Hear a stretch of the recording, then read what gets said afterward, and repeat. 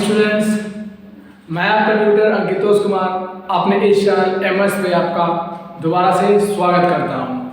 तो जैसे कि आप लोगों को मुझसे शिकायत होगी कि पिछले 1-2 दिन से मैंने वीडियो अपलोड नहीं की, तो जी दोस्तों, मैं आपसे बताना चाहता हूं कि मैं होम टाउन में नहीं था। तो मैं जैसे ही होम टाउन में आया तो सोचा कि आप लोगों के लिए एक दूसरी वीडियो बना दूँ। तो जैसे कि मैंने अपने प्रीवियस वीडियो में बताया था स्ट्रक्चर ऑफ एटम चैप्टर 4, उसमें हम Niels Bohr model of an atom तक पढ़ चुके थे। पार्ट 2 तक हो गया था। आज हम लोग पार्ट 3 पढ़ने वाले हैं और इस पार्ट में हम लोग चैप्टर 4 को कंप्लीट कर देंगे।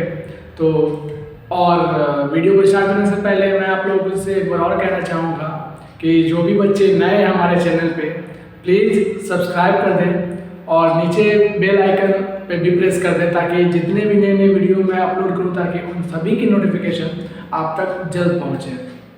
और लाइक करें, कमेंट्स करें, शेयर करें ताकि जिन को लगता है कि साइंस पढ़नी चाहिए वो भी आकर के हमारे चैनल पे साइंस सब्जेक्ट पढ़ सके। और दोबारा से मैं एक और बात आपसे दोहराना चाहूँगा कि जिन्होंने अभी तक राहुल टीचिंग सेंटर हमारे दूसरे चैनल पे जाकर मैथ ना पढ़ा हो, प्लीज़ आप वहाँ भी जाकर के पढ़िए ताकि आप लोग को वहाँ भी एक अच्छा अंडरस्टैंडिंग मिल सके मैथमेटिक्स सब्जेक्ट्स में। तो आप लोगों की सुविधा के लिए मैं राहुल टीचिंग सेंटर जो हमारे चैनल है उसके लिंक मैं अपने डिस्क्रिप्शन बॉक्स में डाल दूँगा, तो आप लोग वहाँ से भी एक बार विजिट कर सकते हैं। और वहाँ पे जितने भी क्लास 8, 9 एंड 10 के मैथमेटिक्स के वीडियोज़ हमने अपलोड किया है, आप उन सभी के प्लेलिस्ट को एक्सेस कर सकते हैं। तो जैसे कि आप लोग प्रीवियस वीडियो में पढ़ चुके थे Thomson model of an atom, Ernest Rutherford model of an atom and Niels Bohr model of an atom. उन सभी ने एटम के बारे में कुछ ना कुछ योगदान हमारे साइंस को दिया था। तो कुछ प्रीवियस टॉपिक को एक बार समराइज कर लिया जाए ताकि आपको एक और अच्छी अंडरस्टैंडिंग मिल सके। तो रदरफोर्ड ने एक एक्सपेरिमेंट किया था जिसका नाम था गोल्ड फॉइल एक्सपेरिमेंट, जिसमें उन्होंने क्या किया था कि एक पतला सा गोल्ड फॉइल के चादर को उसमें से एक हीलियम रे यानी कि अल्फा पार्टिकल रे को उन्होंने पास करवाया था। तो उन्होंने बताया कि एटम्स में भी स्पेस होते हैं, एटम के बीच में भी स्पेस होते हैं। तो उन्होंने उस एक्सपेरिमेंट में कंक्लूजन यही निकाला था कि बहुत सारे ऐसे रे हैं जो कि सीधे आगे चले गए हैं, बहुत सारे हैं जो कि पीछे हो जा रहे हैं। तो उन्होंने ये कंक्लूजन निकाला था। फिर नील्स बोर ने भी कुछ दिया कि अपने एक्सपेरिमेंट में बताया कि जो भी एटम है, ठीक है, वो एटम के इर्द गिर्द इलेक्ट्रॉन घूमता है और वो भी अपने सर्कुलर ऑर्बिट पे, और सेंटर में न्यूक्लियस होता है जिसमें न्यूट्रॉन और प्रोटॉन होता है। तो कुछ इन लोगों ने कुछ ऐसे बात बोली थी जो कि हमारे साइंस में आगे जाकर के बहुत योगदान रहा उनका। तो आज हम लोग पढ़ेंगे atomic number and mass number. तो हम लोग पार्ट 3 में हम लोग आज इसी टॉपिक से स्टार्ट करेंगे। इसके बाद हम लोग वैलेंसी, आइसोटोप्स, आइसोबार्स और भी फिर उसके बाद इलेक्ट्रॉनिक कन्फिग्रेशन, ये सब हम लोग कुछ अन्य टॉपिक्स को हम लोग देखेंगे। और इस वीडियो में हम लोग चैप्टर 4 जो कि स्ट्रक्चर ऑफ एटम है वो हम लोग आज कंप्लीट कर लेंगे। और नेक्स्ट वीडियो जो भी हम लोग कल अपलोड करेंगे, कल बनाएंगे, उसमें हम लोग बच्चों की रिक्वेस्ट की वजह से हम लोग फिजिक्स को स्टार्ट करेंगे। तो अब डिपेंड करता है बच्चों पे कि बच्चे लोग फिजिक्स पढ़ना चाहते हैं या बायो पढ़ना चाहते हैं, क्योंकि उनके डिमांड के हिसाब से जो उनकी एग्जामिनेशन आने वाली थी अभी दिसंबर मंथ में, तो उनकी केमिस्ट्री 2 चैप्टर, फिजिक्स 2 चैप्टर और बायोलॉजी 1 चैप्टर है। तो उस हिसाब से अब हम लोग नेक्स्ट चैप्टर में या तो फिजिक्स या तो बायोलॉजी हम लोग देखते हैं, बट अभी हम लोग फिलहाल केमिस्ट्री पे कंसंट्रेट करते हैं। ओके स्टूडेंट्स, तो प्लीज़, और अभी तक अगर आप लोग बैठे हो सब्सक्राइब नहीं किया हमारे चैनल को, तो प्लीज़ नीचे दिए गए सब्सक्राइब बटन पे आप प्रेस कीजिए और हमारे चैनल पे आप बने रहिए ताकि हम जितने भी नए वीडियो डालें ताकि आप सभी से पढ़ पाएँ। तो आज के video atomic number and mass number से हम लोग स्टार्ट करते हैं। तो चलिए शुरू करते हैं। एटॉमिक नंबर क्या होता है? तो बेसिकली मैं अभी इस तरफ आ जाता हूँ ताकि आप लोगों को अच्छे से और बोर्ड दिखे। तो एटॉमिक नंबर क्या है कि the number of proton in one atom of an element is known as the atomic number of an atom. मतलब क्या बोल रहा है मैं आपको अभी थोड़ी देर में समझाता हूँ। The atomic number of an element is denoted by letter Z। Atomic number is equal to number of proton और इलेक्ट्रॉन। मैं बताता हूँ। पहला पॉइंट क्या बोल रहा है कि the number of proton in one atom of an element is called atomic number. मतलब एटॉमिक नंबर क्या बोल रहा है कि number of a proton in an atom is called atomic number. 80 में डाल दिया तो आप लोग समझ गए ना कि क्या मैं बोलना चाह रहा हूँ। ये था आपका पहला पॉइंट। दूसरा पॉइंट क्या बोलता है कि atomic number is denoted bye Z। Atomic number जब भी हम लोग निकालते हैं, कैलकुलेट करते हैं, तब उससे हम लोग Z से डिनोट करते हैं। ओके, जैसे कि Z। ओके, और दूसरा पॉइंट क्या बोलता है? दूसरा पॉइंट मतलब लगभग यही है कि या तो नंबर ऑफ प्रोटॉन या तो नंबर ऑफ इलेक्ट्रॉन, जो भी है, ठीक है, जो भी है और उससे हम लोग एटॉमिक नंबर करते हैं। लेट्स सपोज कि अगर बात करूँ एग्जांपल, अगर आप, ठीक है, Z is equal to P और E, P और E, ठीक है। तो यहाँ पे आप समझो कि मैं जब भी प्रोटॉन और इलेक्ट्रॉन, आप बोलोगे कि मैंने पहला पॉइंट में लिखा कि number of proton in atom is called atomic number. ठीक है, ये सही है, ये बिल्कुल सही है, और ये नंबर आपका कोई नहीं काटेगा नंबर। लेकिन यहाँ पे फिर बोलोगे कि आपने यहाँ पे इलेक्ट्रॉन भी लिख दिया। तो मैं आपको समझाता हूँ। लेट्स अगर एग्जांपल ले लूँ हाइड्रोजन की, तो हाइड्रोजन के पास क्या होता है? सिर्फ ओनली वन प्रोटॉन होता है, क्योंकि हाइड्रोजन के पास H+ आयन होता है, ठीक है, कटायन होता है। और जब H+ आयन कटायन होता है तो इसका मतलब कि उसके पास प्रोटॉन है, मीन्स पॉजिटिवली चार्ज पार्टिकल उसके पास, तो H+। ओके, अब यहाँ पे मैं बोलूँगा कि इसके पास क्या है, तो आप बोलोगे कि इसके पास सिंपली वन प्रोटॉन है, राइट, वन प्रोटॉन। तो अगर मैं बोलूँ कि इसका एटॉमिक नंबर क्या है, अगर मैं बोलूँ कि एटॉमिक नंबर क्या है, एटॉमिक नंबर ऑफ हाइड्रोजन क्या है, आप क्या बोलोगे?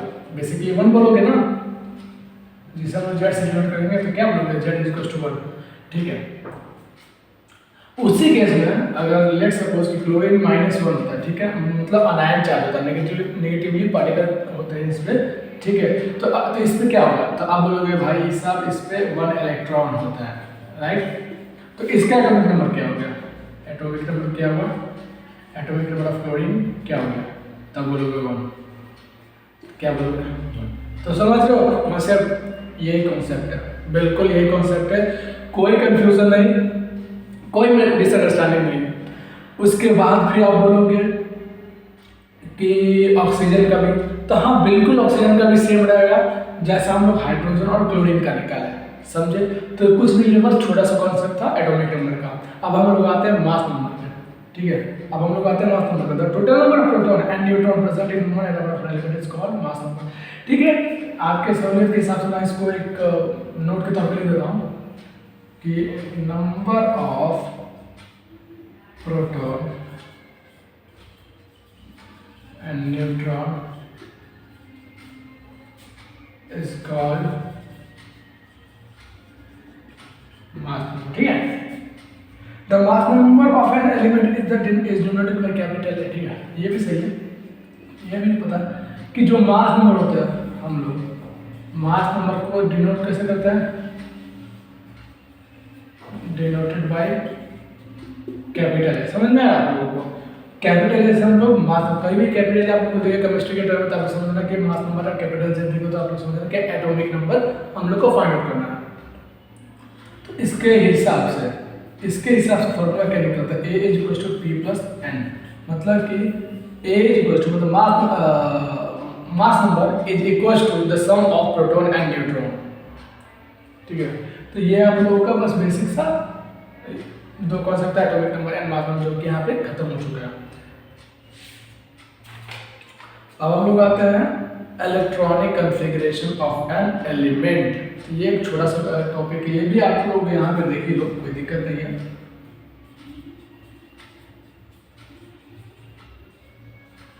Electronic configuration,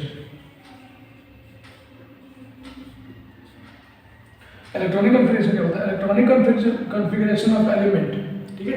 the arrangement of an electron in a very shell of an atom of the element is known as electronic configuration of element. सही बात है। क्या कहना चाहना है कि इलेक्ट्रॉन का अरेंजमेंट कहीं पे भी उसे हम लोग इलेक्ट्रॉनिक कॉन्फ़िगरेशन कहेंगे।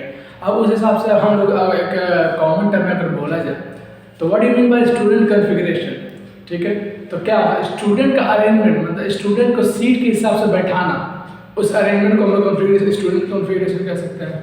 उसी तरीके से आप लोग मोबाइल चलाते होंगे अभी के डेट में, तो उसमें भी बहुत सारा सेटिंग में आते होंगे, डिस्प्ले कॉन्फ़िगरेशन या फिर क्या उसको कहते हैं, मतलब बहुत तरह के कॉन्फ़िगरेशन उसमें आते रहते हैं। तो आप लोग बस यूज़ करते होंगे, लेकिन आज एक एग्जांपल के तौर पर आप समझो कि कॉन्फ़िगरेशन होता क्या चीज़ है। कॉन्फ़िगरेशन मतलब कि किसी चीज़ का अरेंजमेंट, किसी चीज़ का हम लोग एक सही तरीके से सुधार करके अरेंज करते हैं, उसे ही हम लोग कॉन्फ़िगरेशन कहते हैं। तो जैसा कि आपको यहाँ पता चलेगा कि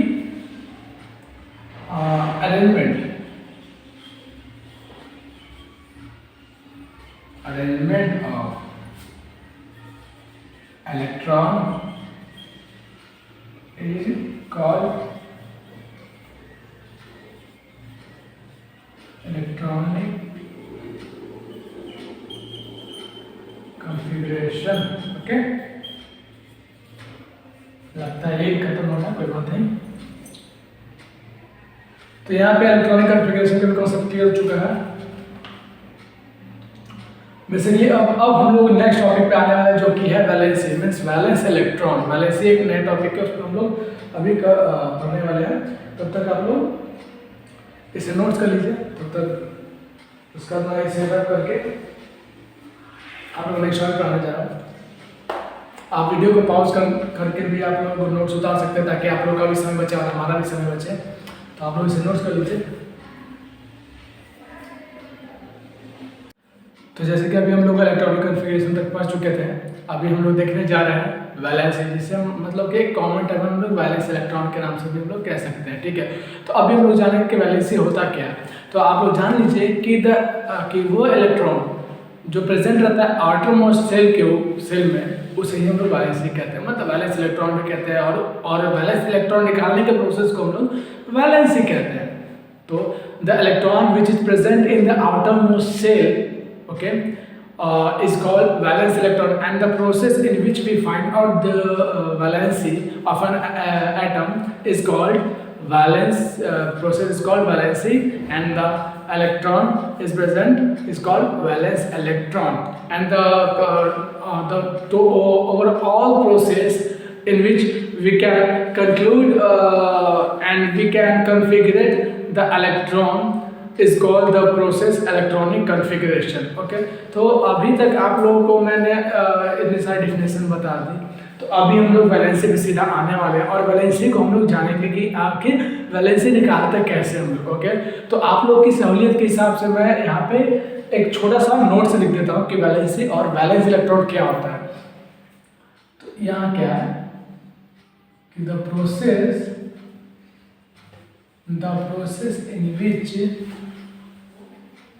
in which we find out the valency of an atom, okay, is called valence। तो फ्रेंड्स अभी राइटिंग पे आप लोग माइंड मत कीजिए, बस आप लोग इसे लिखते जाइए रफ में। वैसे मैं बोलने से पहले लिखने से पहले बोलता भी हूँ, तो ऐसे आप माइंड मत कीजिए लैंग्वेज पे। और अगर आप लोग को अगर इशू है तो आप लोग मुझे कमेंट कीजिए, मैसेज कीजिए, इंस्टाग्राम पे भी मैसेज कर सकते हैं आप लोग, तो मैं इसकी PDF नोट्स भी आप लोग तक पहुँचा सकता हूँ। तब लोग ये वैलेंसी जाने, ठीक है। अब जानते हैं वैलेंस इलेक्ट्रॉन क्या होता है। अब वैलेंस इलेक्ट्रॉन आखिर होती क्या चीज़ है। तो इलेक्ट्रॉन, आप शॉर्टकट समझिएगा, इलेक्ट्रॉन लिखा है मैंने, electron present in outer most shell, जिसे हम लोग ऑर्बिट भी कह सकते हैं, एनर्जी लेवल भी कह सकते हैं। Electron present in outer most shell is called valence electron. Okay, it's called valence electron. तो ये हो गया आपका वैलेंस और वैलेंस इलेक्ट्रॉन का डेफिनेशन शॉर्ट में। अब जानिए कि आखिरकार क्या होता है वैलेंस इलेक्ट्रॉन। तो आपको एक छोटा सा एग्जांपल लेके दिखाता हूँ। सोडियम का हम लोग एटॉमिक नेम क्या है, सबको पता होगा, Na is the atomic name of sodium and chlorine is the atomic name of Cl। ठीक है, तो सोडियम का वैलेंस इलेक्ट्रॉन होता है आपका 1, कैल्शियम अगर आप देखें जिसे हम लोग Ca बोलते हैं उसका आता है 2, और क्लोरीन जिसे हम लोग Cl बोलते हैं उसके पास होता है 1। तो अगर आप लोग बोलो कि भाई ये क्या है, आखिरकार ये जो तीनों है, आप बोल रहे हो कि वैलेंस इलेक्ट्रॉन है, गॉट इट। अगर आप लोग के मन में एक कंफ्यूजन आएगा कि एक तरफ मैं बोल रहा हूँ कि वैलेंस इलेक्ट्रॉन है, तो मुझे पता कैसे चला कि यही वैलेंस इलेक्ट्रॉन है, तो मैं आपको दिखाता हूँ। सोडियम का एटॉमिक नंबर क्या होता है 11, गॉट इट, 11 होता है। ठीक है, तब तक आप लोग नोट्स कर लीजिए, मैं आगे बताऊंगा, आप लोग आराम से नोट कर सकते हैं।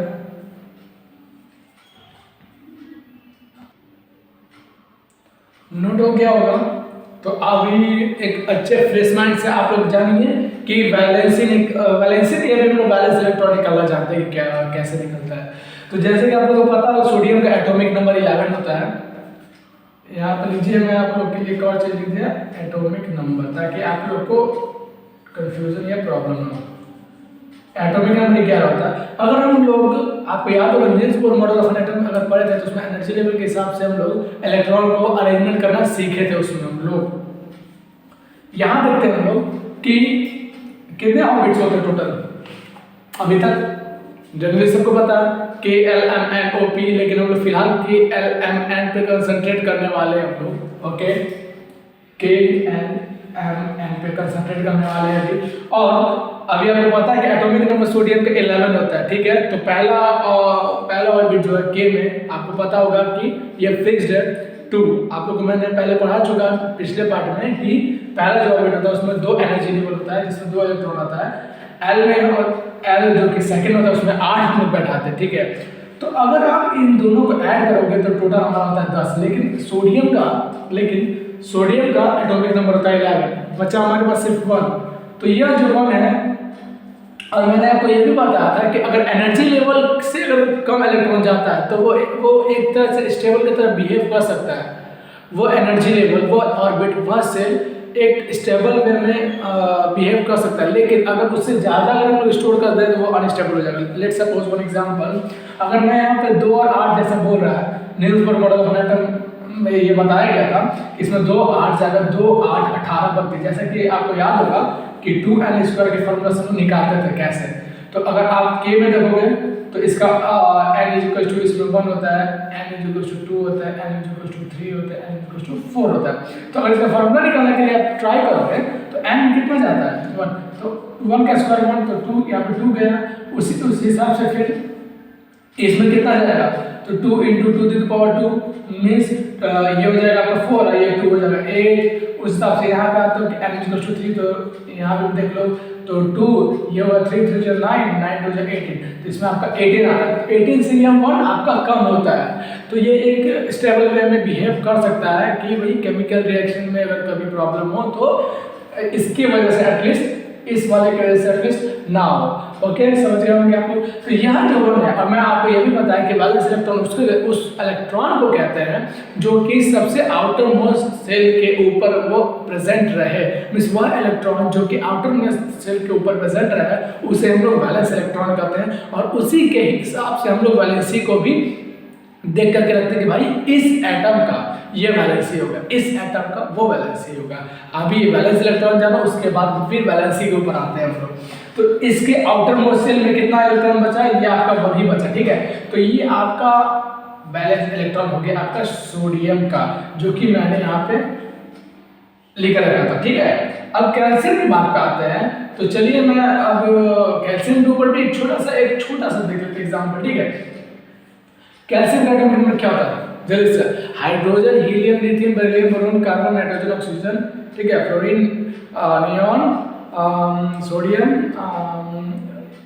रुक जाइएगा एक बार रिकॉल कर लेते हैं हम लोग, तो ऐसा माइंड में कीजिए कि कैल्शियम का टोटल कितना होता है। ओके, चलिए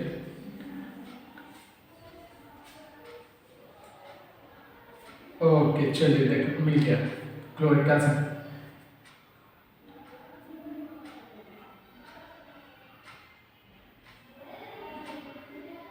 20, got it. 20 19 I think potassium होता है शायद। ओके ओके, हाँ ठीक है, सही है, ठीक है। आपका 20 होता है आपका कैल्शियम का, ये एटॉमिक नंबर होता है। तो अगर उस हिसाब से अगर आप लोग देखो, अगर आप लोग को देखो तो KLMN, ठीक है, समझ में आ गया। पहला तो 2 फिक्स है आपका, कोई इसमें रोक टोक नहीं, कोई दो रह नहीं, इसमें 2 फिक्स है, इसमें 8 फिक्स है, कोई दो रह नहीं, कोई रोक टोक नहीं। अब ये 8 और 2 10 हो गया, ठीक है, ये 8 और 2 10 हो गया। अब इसमें कितना होना चाहिए आप लोग के हिसाब से बताइए। इसमें आप लोगों का 18 होना चाहिए, ठीक है, क्योंकि मैं आपको बता रहा था कि इसमें 18 जाएगा, फिर इसमें 32 जाएगा। तो उस हिसाब से, ठीक है, उस हिसाब से यानी लीजिए 32, उस हिसाब से यहाँ पे मेरा इसमें तो 2 एडजस्ट हो गया, इसमें सेटिस्फाई किया, यहाँ पे 8 को सेटिस्फाई कर रहा है, ठीक है। उसके बाद मेरे पास टोटल कितना, 2 और 8 10, 2 और 8 10 18 होता है। 18 यहाँ पे आप लोग कह सकते हो कि भाई ठीक है ये 18 चलेगा, लेकिन आप लोगों को अगर याद होगा तो मैं स्टार्टिंग में ही आई थिंक पार्ट 1 में बताया था चैप्टर 4 के कि हम लोग जो भी वैलेंसी निकालना जानेंगे, हम लोग जो भी आगे वैलेंसी निकालना पड़ेंगे, वो बेसिकली एलिमेंट या फिर एटम 19 तक के लिए ही वो कारगर है। मीन्स पोटेशियम, हाइड्रोजन से पोटेशियम तक ही वैलेंसी निकालने में वो कारगर, वो सटीक निकाल कर देगा। अगर आप कैल्शियम बोलोगे या फिर अगर स्कैंडियम बोलोगे, टाइटेनियम बोलोगे, वैंडियम बोलोगे, ठीक है, या फिर आप जिंक बोलोगे, तो ये सब 20 से अबव वाले एटॉमिक नंबर वाले एटम हैं। तो उनके लिए, उन सभी के वैलेंसी को जानने के लिए हम लोग फिर SPDF मेथड से हम लोग वैलेंसी निकालते हैं। तो बेसिकली अभी भी आप लोग को यहाँ पे कंफ्यूजन हो सकता है कि पहले आप बोल रहे हो कि इसमें 2, इसमें 8, इसमें 18, इसमें 32 होगा, फिर आप बोलते हो क्या कि कुछ और होगा। तो अब आप कंफ्यूज मत हो, आप कोई भी स्टूडेंट हो, आप एकदम दिमाग पे ज़्यादा प्रेशर ना दो, बस जितना मैं पढ़ा रहा हूँ बस आप लोग पढ़िए, ठीक है, आप लोग पढ़िए और एग्जाम में अच्छे मार्क्स लीजिए। आगे जब मैं वीडियो पढ़ाऊंगा, आगे जब कोई टॉपिक ऐसा आएगा जिसमें लगे मुझे कि SPDF पढ़ाना है, तो मुझे उसमें मैं आप लोगों को SPDF मेथड भी बताऊंगा। वैसे तो आप लोगों को SPDF मेथड 11th क्लास के केमिस्ट्री में आप लोग को पढ़ना एकदम तय है, लेकिन फिर भी आप लोग बस एक छोटा सा जान लो कि ये वैलेंसी, ये तरीका वैलेंसी निकालने का ठीक है, लेकिन 1 to 19 एटम तक, जो कि हाइड्रोजन टू पोटेशियम तक है। ओके, तो कैल्शियम आपका आ जाता है 20th एलिमेंट, ठीक है। तो इसमें आप थोड़ा सा कंफ्यूजन होगा, लेकिन आप लोग बिल्कुल मेरे ऊपर छोड़ दो, अब मैं जो पढ़ा रहा हूँ आप लोग एकदम ध्यान से पढ़ो। ओके, तो इसके पास तो ये दोनों सेटिस्फाई करके, अब इसके पास बचा कितना टोटल, इसके पास बचा अब 10 इलेक्ट्रॉन, ठीक है। अब इसके पास बचा 10। अब मैं क्या कहता हूँ, इसके पास भी जाएगा 8 इलेक्ट्रॉन, मैं बोलूँगा कि इसके पास भी जाएगा 8 इलेक्ट्रॉन, ठीक है। अब आप बोलो कैसे, क्यों, तो मैं बता रहा कि कोई भी अगर देखा, जैसे अगर हम लोग अगर कॉमन टर्म में अगर हम लोग आगे पढ़ेंगे ना, तो कॉमन टर्म में हम लोग ऐसे यूज करने वाले हैं इस वर्ड को कि भाई कोई भी आटम में सिर्फ कितना इलेक्ट्रॉन है, तो हम लोग बोलेंगे 2 8 8 8 8 8 8 ऐसे बोलेंगे, या फिर 2 8 18 32 64 ऐसा करके बात करेंगे हम लोग। तो बेसिकली अभी 20th एलिमेंट है, तो 20th एलिमेंट के लिए मैं बता रहा हूँ ऐसे होगा, ठीक है, 2 8 8 ऐसे करके जाएगा। तो इसके पास एक तरह से ये भी सेटिस्फाई करेगा, ये भी सेटिस्फाई करेगा, ये भी सेटिस्फाई करेगा, ये आउटर मोस्ट सेल। अब जो लास्ट आउटर मोस्ट सेल है N, इसके पास कितना इलेक्ट्रॉन बचा, 2 इलेक्ट्रॉन बचा, कितना बचा, 2 इलेक्ट्रॉन बचा, आपको बताओ तो यह जो दो इलेक्ट्रॉन है, यह जो दो इलेक्ट्रॉन, यही आपका हो जाएगा इसका, ये क्या कहते हैं इसका, वैलेंस इलेक्ट्रॉन। और जो वैलेंस इलेक्ट्रॉन होता है हर एक एटम का, वही वैलेंसी भी होता है उस एटम का। अब आप बोलेंगे वैलेंसी क्या होता है, वैलेंसी वैलेंट सपोज अभी हम लोग देखते हैं, तब तक आप नोट कर लीजिए, ठीक है, तक और उसको मैं तो इसे रब कर दूं, तब तक आप इसे नोट कर लीजिए, तब तक मैं इसे रब कर सकता हूं।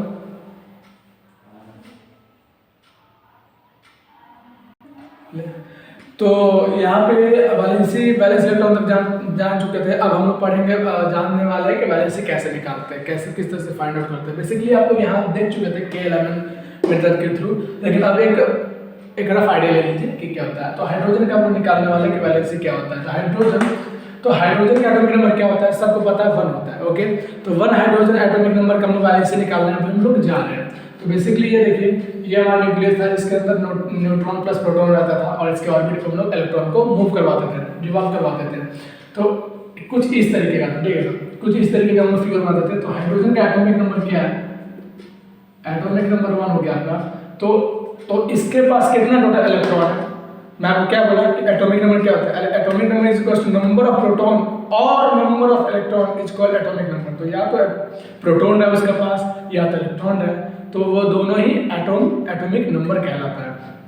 तो आपका इसमें प्रोटॉन है 1, तो इसका ये प्रोटॉन आपका 1 है, ठीक है। तो इसका आपका एक ही, तो पहला जो सेल होता है के सेल में आपका 2 इलेक्ट्रॉन जाने का टेंडेंसी होता है, ठीक है, टेंडेंसी इसका 2 इलेक्ट्रॉन होता है। लेकिन अब इसके पास एक ही है, तो इसका आउटर मोस्ट सेल के पास अभी एक ही इलेक्ट्रॉन अभी रिवॉल्व कर रहा है इसका, ये इलेक्ट्रॉन आपका, ठीक है, ये इलेक्ट्रॉन हो गया। तो ये इलेक्ट्रॉन मूव कर रहा है न्यूक्लियस के चारों ओर, तो ये आपका इलेक्ट्रॉन ही आपका वैलेंस इलेक्ट्रॉन हुआ। समझ में आ रहा है आप लोगों को, वैलेंस इलेक्ट्रॉन कितना 1, और यही वैलेंस इलेक्ट्रॉन को हम लोग वैलेंसी कहते हैं। समझ में आ रहा है आप लोगों को बात, यही वैलेंस इलेक्ट्रॉन वैलेंसी होता है, ठीक है। अब हम लोग दूसरा एग्जांपल लेने जा रहे हैं, दूसरा एग्जांपल लेके देख लेते हैं कि क्या होता है, ठीक है। दूसरा एग्जांपल में कुछ एक हट कर लेने वाला हूं, जैसे कि मान लीजिए कार्बन, ठीक है। कार्बन का एटॉमिक नंबर क्या होता है, कार्बन का एटॉमिक नंबर आपका होता है 6, ठीक है, 6 होता है। इसमें हम लोग देखते हैं कि इसका वैलेंसी क्या आएगा। तो पहला के में आपको क्या सेटिस्फाई कर रहा है, के में तो आपको 2 कर दिया, ठीक है, के में आपका, तो कार्बन का कितना होता है, एटॉमिक नंबर 6 होता है। तो अब आप लोग का कोई किसी बच्चे के माइंड में सवाल होगा कि मेरा तो ये फर्स्ट ऑर्बिट कहीं का, मैं ये के सेल का काम है, तो मैं एल सेल को क्यों बनाया, बस ये समझने के लिए कि K11 सेल होते हैं, ठीक है। तो यहाँ पे इसमें के में आपका 2 गया, ठीक है, एल में आपका कितना जाएगा, फिर 4 में, जाहिर सा बात है ना कि इसके पास 4 इलेक्ट्रॉन और बचने वाला है, ठीक है। तो एक यहाँ गया, एक यहाँ गया, आप कहीं भी रिवॉल्व करवा सकते हो, ये आपके ऊपर है, बस मैं आपको ये दिखा रहा हूँ एक रफ डायग्राम दे करके। तो ये आपका 4 इलेक्ट्रॉन मूव कर रहा है। तो आउटर मोस्ट सेल में आपका 4 इलेक्ट्रॉन है, मतलब वैलेंस इलेक्ट्रॉन इसका क्या होने वाला है, 4। इसका वैलेंस इलेक्ट्रॉन क्या होने वाला है, 4। जब वैलेंस इलेक्ट्रॉन होगा 4, तो भाई वैलेंसी भी जाहिर सी बात है क्या होगा, 4। तो ये एक तरह से एक्सेप्शनल केस है कि सबसे ज्यादा अगर किसी का वैलेंसी है तो ये कार्बन का ही है, जो कि 4 है। एक और एक्सेप्शनल वाले एग्जांपल मैं आप लोग को बताने जा रहा हूँ, ठीक है, एक और एक्सेप्शनल वाले एग्जांपल। तब तक आप इसे नोट कर लें, मैं इसे मतलब कर देता हूँ। ये आप लोग का हो चुका होगा, ठीक है, ये आप लोग का हो चुका है, ऐसा मैं एज्यूम कर रहा हूँ। ये आप एक तरह से कह लीजिए एक्सेप्शनल भी नहीं है, लेकिन बुक में जैसा दिया है तो मैं एक सोच रहा कि आप लोग को बता दूं, ताकि आप लोगों को ये ना लगे कि बुक से हट के पढ़ा रहा हूँ। मैं बिल्कुल एनसीईआरटी की बुक सही सारा कॉन्सेप्ट आपको समझा रहा हूँ। तो इसे देखते हैं, फिर आप लोग को लगेगा कि मैं ऐसे क्यों एक्सेप्शनली कह रहा हूँ, ठीक है। ऐसे मेरे हिसाब से तो एक्सेप्शनली नहीं है, लेकिन बुक के हिसाब से एक्सेप्शनली ये केस है। तो इसके के में, एल में, एम में और एन में कितना जगह जाएगा, 2, 8, 10 और बचा 5। ये तो अब बच्चे वाली बात हो गई। अब मैं क्या आप लोगों को तोड़ करके ऐड करके बताऊँ, ये समझिए 2, 8 और 5, 2 और 10, 10, 5, 15। इससे हम लोग डायग्रामेटिकली, अगर आप लोगों को वैलेंसी निकालने के लिए कोई बोले तो आप लोग ये डायग्राम मत बनाएं, ठीक है। ये डायग्राम बनाना मैंडेटरी नहीं है, नेसेसरी नहीं है। अगर क्वेश्चन में बोल दिया जाए या एग्जाम में कोई आपको टीचर बोले कि find out the valency with the help of a diagram, तब आप लोग ऐसे बनाएंगे। लेकिन अगर सिर्फ वैलेंसी निकालने बोले तो आप डायरेक्ट के एलिमेंट इस तरीके से करके आप लोग फाइंड आउट कर सकते हैं, ठीक है। ये आपका मतलब मेन पॉइंट हुआ। तो ये हो गया आपका के में कितना हो गया, और डायग्राम एकदम बिल्कुल देख लीजिए। अभी मैं एकदम सीरियसली और मतलब बहुत मतलब कि बहुत मेन टॉपिक बताने जा रहा हूँ। इसी तरीके से हम लोग पढ़ने वाले हैं और इसी तरीके से आप लोग भी पढ़ेंगे वैलेंसी निकालने के समय। ये हो गया के में आपका 2 इलेक्ट्रॉन गया इसके हिसाब से। नेक्स्ट आएगा आपका आउटरमोस्ट शेल जो कि एल होता है, इसमें आपका 8 जाएगा। 1 2 3 4 5 6 7 8, ये आपका आउटरमोस्ट में 8 आ गया। अब बचा मेरा 5 हो जाएगा। अब आप बोलोगे कि फास्फोरस का क्या होता है, एटॉमिक नंबर 15 होता है, ठीक है। क्या होता है, 15 होता है। और मैं आपको बोला कि ये तरीका जो है वो 1 to 19 कार्बन करता है। 1 to 19 मतलब हाइड्रोजन का एटॉमिक नंबर 1 और ये आपका पोटेशियम का एटॉमिक नंबर होता है 19। तो 1 to 19 के लिए ये बहुत सटीक तरीका है वैलेंसी फाइंड आउट करने का। और अगर आपको 20 मीन्स कैल्शियम से आपको स्कैंडियम, टाइटेनियम, फिर वैंडियम, ये सब आप लोगों को अगर निकालना है तो फिर एसपीडीएफ फॉर्मूला से आप लोग वैलेंसी निकालना सीखेंगे, ठीक है। तो अभी फिलहाल 1 to 19 हम लोग सीखेंगे। तो 15 इसका एटॉमिक नंबर है और एटॉमिक नंबर 15 है। तो मैं आपको लोग बताने वाला हूँ कि ये आगे क्या करते हैं, ठीक है। तो 2 हो गया, इसमें 8 हो गया, इसमें 5 जाएगा, ठीक है। 1 2 3 4 ये 5। लेकिन और मैं क्या बोला था कि बेसिकली क्या जाता है इसमें 2 8, ठीक है, 8 ऐसे करके जाता है। 2 8 8 18 32। देखिए बुक के हिसाब से आप लोग ऐसे पढ़ेंगे 2n², बस सिंपल 2n² आपको फाइंड आउट करना पड़ेगा। ये आपको फाइंड आउट करना है कि L में कितना जाएगा, M में कितना जाएगा। N is equal to number of shell, ठीक है। नंबर ऑफ सेल मीन्स अगर आप लोग को M का निकालना है तो M क्या है, AKLM आपका तीसरे पोजीशन पे है। तो यहाँ पे N की वैल्यू 3 जाएगी, मीन्स 18। समझ में आ रहा होगा आप लोग को। लेकिन मैं आप लोगों को कह रहा हूँ कि 2 8 8 18 32 के तरीके से आप लोग पढ़िए, ये बेस्ट है, ठीक है। मैं भी इसी तरीके से पढ़ा था और ये तरीका बहुत ही बेस्ट है। तो ये आपका 5 हो गया। लेकिन अगर इस तरीके से भी अगर आप देखोगे तो बोलोगे कि जो ये M है, M में 8 होना चाहिए लेकिन इसमें है 5। और अगर इस तरीके से पढ़ोगे तो इसमें आपका हो जाएगा 18। तो बोलोगे इसमें 18 होना चाहिए लेकिन है 5। तो चलिए आप लोगों को मैं बता रहा हूँ, क्योंकि ये जो है वो आउटर मोस्ट में आपका 5 ही इलेक्ट्रॉन लास्ट बचा आपके पास, ठीक है। तो अब इसका वैलेंस इलेक्ट्रॉन अगर आपसे पूछा जाए तो आप क्या बोलोगे, अब बताओ। यहाँ पे मैं 110% गारंटी लिख के बता रहा हूँ कि सभी बच्चे यही बोलने वाले हैं कि इसकी वैलेंस इलेक्ट्रॉन 5 है तो इसकी वैलेंसी भी 5 होगी। तो मैं ये कहूँगा कि 20% बच्चे सही हैं और 80% बच्चे गलत हैं। अब आप बोलोगे ये क्या कह रहे हो, ये क्या कह रहा हूँ मैं, तो बिल्कुल सही बात कह रहा हूँ। आप लोग को मैं बताता हूँ कि क्या है ये एक्चुअली। सर बहुत सारे बुक में आप लोग अगर देखे भी होंगे तो बुक में ये लिखा है कि फास्फोरस, ठीक है, फास्फोरस का वैलेंसी कितना है। तो ये आप लोग को ये दिया होगा 5 और 3। तो आप लोग बोलोगे 5 तो मुझे समझ में आ रहा है कि कैसे है भाई, ये वैलेंस इलेक्ट्रॉन ही इसके आउटर मोस्ट में 5 है। तो आप बोलोगे चलो ठीक है भाई, लेट्स डू इट, ये सही है, हम लोग ऐसा बना सकते हैं। लेकिन अब आप बोलोगे कि भाई साहब ये 3 क्या है। बहुत लोगों के माइंड में कंफ्यूजन होगा कि ये 3 कहाँ से आया, आखिरकार ये 3 क्या चीज़ है। तो चलिए इसको भी एक इजी कर देता हूँ, ठीक है। तो ये 5 तो आपको समझ में आ गया, ये वैलेंस इलेक्ट्रॉन हो गया आपका 5, इसका वैलेंसी। लेकिन और बहुत बुक में इसका वैलेंसी भी 5 दिया हुआ है, लेकिन इसके एक्यूरेट और एग्जैक्ट वैलेंसी क्या होता है, 3 होता है। 3 कैसे होता है वो बताते हैं। एक्चुअली क्या रूल क्या कहता है, वैलेंसी का रूल क्या बोलता है कि आउटर मोस्ट सेल में अगर 4 इलेक्ट्रॉन है, मिनिमम 4 इलेक्ट्रॉन, तो आपका वैलेंसी एज इट इज रह जाएगा। लेकिन अगर आउटर मोस्ट सेल में अगर इलेक्ट्रॉन की मात्रा अगर 4 से ज़्यादा है, 5 है, 6 है, 7 है या 8 है, तब उस केस में उसमें हम लोग 8 इलेक्ट्रॉन उसमें माइनस करते हैं। अब आप बोलोगे 8 इलेक्ट्रॉन माइनस करने का तात्पर्य क्या है। यह रूल बोल रहा है वैलेंसी का कि अगर आउटर मोस्ट सेल में अगर 4 इलेक्ट्रॉन से ज़्यादा इलेक्ट्रॉन अगर प्रेजेंट है तो उसमें हम लोग उसको 8 से माइनस करते हैं। अब मैं क्या बोल रहा हूँ ये आप बोर्ड पे खुद देखिए, ठीक है। तो ये आपका आउटर मोस्ट में आपका 5 बचा, ठीक है, ये आपका 5 बचा, तो इससे मैं 8 से माइनस कर रहा हूँ, 8 इलेक्ट्रॉन से माइनस कर रहा हूँ। ये रूल है, ये एक आप लोग जान जाए, ये थ्योरेटिकल और ये मतलब कि इसको क्या कहते हैं, रटंट टाइप का है, ये आप इसको रट लीजिए, ये कहीं आपको ये नहीं बोलेगा कि इसे प्रूफ कीजिए, क्योंकि ये फिक्स है कि इसे करना ही करना है आप लोगों को। तो 8 में से 5 गया 3, ये समझाना होगा आप लोगों को कि ये 3 कहाँ से आया। तो आप बोलोगे कि फास्फोरस का 5 और 3 वैलेंस इलेक्ट्रॉन हो सकता है, लेकिन एग्जैक्ट अगर बोलो तो सिर्फ और सिर्फ 3 ही उसका वैलेंसी होता है, नहीं 5 तो वैलेंस इलेक्ट्रॉन होता है। ये तो इसमें कोई दो राय नहीं, इसमें एकदम फिक्स है ये कि वैलेंस इलेक्ट्रॉन 5 होता है, क्योंकि डेफिनेशन के हिसाब से यही सही है। लेकिन वैलेंसी क्या है, वैलेंसी इसका 3 है, ये अब आप लोग जानो, ठीक है। तो इसका वैलेंसी 3 हो गया, ये हो गया। एक लास्ट एग्जांपल होगा ऑक्सीजन का, ठीक है। ऑक्सीजन का वैलेंस एटॉमिक नंबर क्या होता है? तो बेसिकली ऑक्सीजन का एटॉमिक नंबर होता है आपका 8, ठीक है।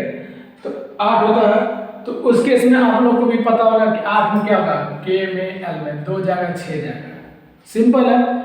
पहला वाले में तो चल जाएगा 2, फिर दूसरे वाले में जाएगा 1 2 3 4 5 6, तो आउटर मोस्ट में 4 से ज़्यादा हो गया, आउटर मोस्ट में 4 से ज़्यादा हो गया, तो ये हो गया आपका 6। ये तो इसमें क्या करना है, 8 से माइनस कर देना, तो इसमें आपका ऑक्सीजन का क्या होगा, वैलेंसी आपका 2 हो गया, और वैलेंस इलेक्ट्रॉन कितना हो गया आपका, 6 हो गया। अगर मैं बोलूँ कि नियॉन का क्या होगा वैलेंसी, तो क्या कहोगे फिर आप लोग? ये एकदम 101% कंफर्म है कि यही एक्सेप्शनल, ये आपका पॉइंट है, यही एक्सेप्शनल एटम है आपका जिसका वैलेंसी आपका 0 होता है। कैसे देखते हैं, यहाँ पे समझ लीजिए छोटा सा एक नियॉन का, जो कि आपका एक गैस है, नियॉन एक आपका गैस है जिसका एटॉमिक नंबर आपका होता है आपका 10। तो K में और L में कितना जाएगा, 2 और 8 जाएगा। पहला में 2 गया, दूसरा में क्या जाएगा, 1 2 3 4 5 6 7 8। तो आपको पता है कि आउटर मोस्ट सेल में अगर 4 से ज़्यादा हुआ तो उसे 8 से माइनस हम लोग करते हैं, तो 8 माइनस 8 कितना होगा इसका? कोई पूछे कि नियॉन का वैलेंसी क्या होता है, तो 0, वैलेंस इलेक्ट्रॉन कितना होता है, तो 8। तो यहाँ तक आई थिंक कि आप लोग समझ गए होंगे। आई होप मैंने अभी तक जितने भी टॉपिक को कवर किया आप लोगों से अच्छे से समझ गए होंगे। अब हम लोग के पास 2 टॉपिक और बचा है इस चैप्टर को एंड करने में, पहला आइसोटोप्स एंड दूसरा आइसोबार। तब तक आप लोग इसे नोट्स कर लीजिए, तब तक मैं उसके बाद मैं पढ़ाता हूँ, ठीक है। और यही मैं उम्मीद करते आ रहा हूँ अभी तक कि मैं जितने भी पॉइंट्स को लिख रहा हूँ, चाहे वो यहाँ लिखा हूँ चाहे कहीं भी लिखा हूँ, वो एज अ रफ आपके कॉपी में होना चाहिए, क्योंकि मैं कुछ भी फालतू चीज़ कहीं पे नहीं लिखता, आप लोग के अंडरस्टैंडिंग के लिए ही लिख रहा हूँ ताकि आप लोग को आगे सुविधा मिल सके। तो आप लोग जल्दी से इसे नोट कर लीजिए, तब तक हम लोग दूसरे टॉपिक को स्टार्ट कर लेंगे, ठीक। तो अभी तक आप लोगों ने सारे टॉपिक्स को देखा था, आई होप कि सभी लोग समझ गए होंगे। अभी हम लोग आते हैं आइसोटोप्स क्या होता है, ये सेकेंड लास्ट टॉपिक है हमारे चैप्टर का। तो आइसोटोप बेसिकली आप ये जानिए कि वह एटम जिसका एटॉमिक नंबर तो सेम है, ठीक है, बट मास नंबर डिफरेंट है, उसे हम लोग आइसोटोप्स कहते हैं, आइसोटोप्स ऑफ एन एलिमेंट। तो आप लोग ऐसे समझ सकते हैं कि वो एलिमेंट जिसका एटॉमिक नंबर तो सेम है बट मास नंबर डिफरेंट है, उसे हम लोग आइसोटोप्स कहते हैं, ठीक है। तो पहला पॉइंट क्या बोलता है कि element who have same number of atomic number, आप यहाँ समझ लीजिए कि मैं शॉर्ट में एटॉमिक नंबर लिखा ये वाला atomic number, but different mass number. Okay, पहला ये बोलता है। दूसरा क्या बोल रहा है कि the isotopes of an element differ in the number of neutron in the nucleus। मतलब कि जो आइसोटोप्स होता है कोई भी एलिमेंट का, ठीक है, वो डिफर होता है नंबर ऑफ न्यूट्रॉन। तो बोला सेकंड पॉइंट क्या बोल रहा है कि आइसोटोप, सिंपल सा लैंग्वेज में, आइसोटोप्स न्यूक्लियस